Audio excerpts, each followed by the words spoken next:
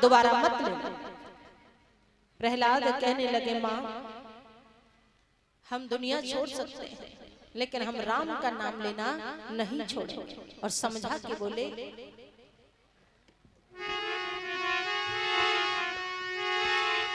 राम नाम मरनी को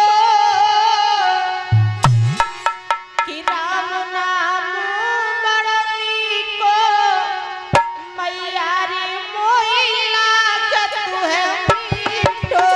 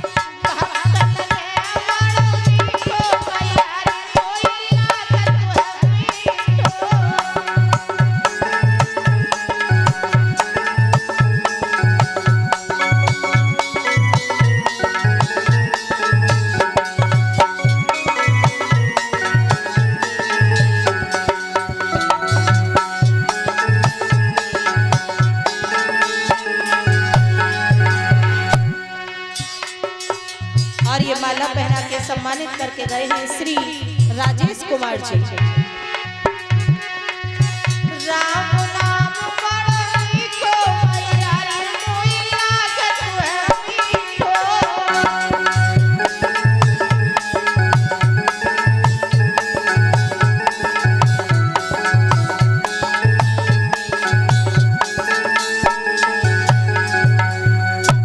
जवाब दिया हम दुनिया छोड़ सकते हैं लेकिन हम राम का नाम लेना नहीं छोड़ेंगे। तो कहा फिर तो तुम्हें इस जहर का पान करना होगा।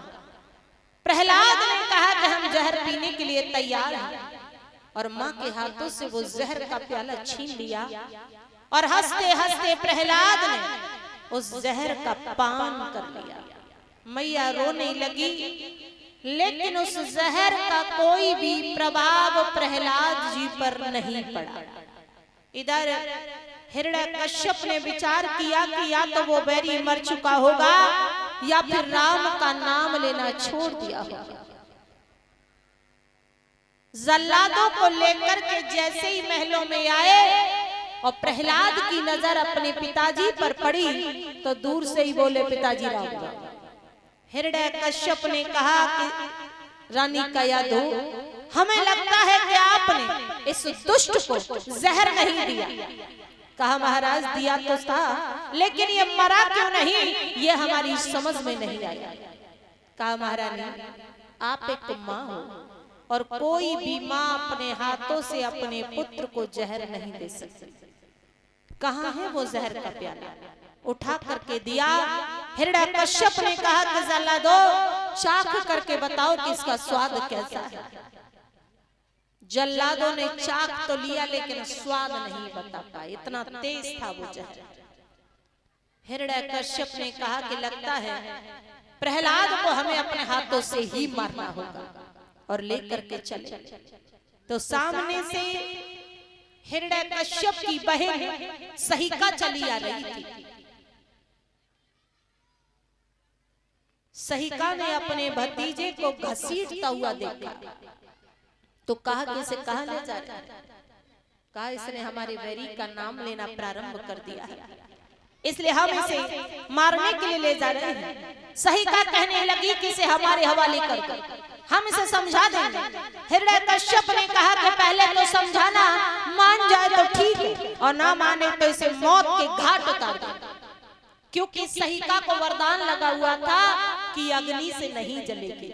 लेकिन जिस वक्त प्रभु ने इसे वरदान दिया उस समय ये भी कहा था कि यदि इसका प्रयोग आप हमारे भक्त के ऊपर करोगे तो उल्टा भी हो सकता है, और सहिका ये बात भूल गई। प्रहलाद को समझाने लगी और कहा कि ये नाम तुम लेते हो, ये नाम दोबारा मत लेना। तो प्रहलाद ने कहा क्यों? तो कहा कि इसने